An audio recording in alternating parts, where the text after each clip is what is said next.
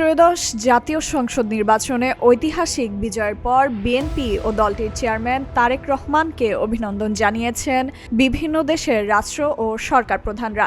নির্বাচনের ফল ঘোষণার পরপরই আন্তর্জাতিক অঙ্গনে আসে শুভেচ্ছা বার্তা, যেখানে নতুন নেতৃত্বের সঙ্গে কাজ করার আগ্রহ ও দ্বিপাক্ষিক সম্পর্ক জোরদারের প্রত্যাশার কথা তুলে ধরা হয়।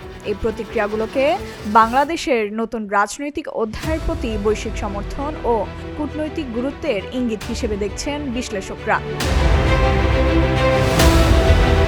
ঢাকার মার্কিন দূতাবাসের ভেরিফাইড ফেসবুক পেজে দেওয়া এক পোস্টে এই শুভেচ্ছা জানানো হয়। পোস্টে বলা হয়, একটি সফল নির্বাচন আয়োজনের জন্য বাংলাদেশের জনগণকে অভিনন্দন। বিএনপি এবং তারেক রহমানকে তাদের ঐতিহাসিক বিজয়ের শুভেচ্ছা। পোস্টে আরও বলা হয়, আমাদের দুই দেশের সমৃদ্ধি ও নিরাপত্তার অভিন্ন লক্ষ্য বাস্তবায়নে আপনাদের সাথে কাজ করার জন্য যুক্তরাষ্ট্র আগ্রহী। সামাজিক যোগাযোগ মাধ্যম ফেসবুকের এক পোস্টে তারেক রহমানকে অভিনন্দন জানান ভারতের প্রধানমন্ত্রী নরেন্দ্র মোদি। মোদি বলেন, এই বিজয় আপনার নেতৃত্বের প্রতি বাংলাদেশের জনগণের আস্থার পরিচয় দেয়। ভারত একটি গণতান্ত্রিক, প্রগতিশীল এবং অন্তর্ভুক্তিমূলক বাংলাদেশের সমর্থনের সঙ্গে থাকবে।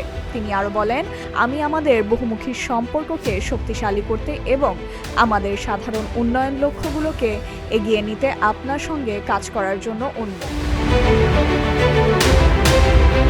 তারেক রহমানকে অভিনন্দন জানিয়ে পোস্ট করেন পাকিস্তানের প্রেসিডেন্ট আসিফ আলী জারদারিও। এক্স হ্যান্ডেলে এক পোস্টে তারেক রহমানকে অভিনন্দন জানান পাকিস্তানের প্রেসিডেন্ট। তিনি বলেন, বিএনপির ভূমিধস বিজয়ে তারেক রহমান এবং বাংলাদেশের জনগণকে সফল ও শান্তিপূর্ণ নির্বাচনের জন্য অভিনন্দন জানাই। পাকিস্তান গণতান্ত্রিক অংশীদারিত্ব এবং ভবিষ্যৎ যৌথ অগ্রগতির প্রতি দৃঢ় সমর্থন পুনর্ব্যক্ত করছে।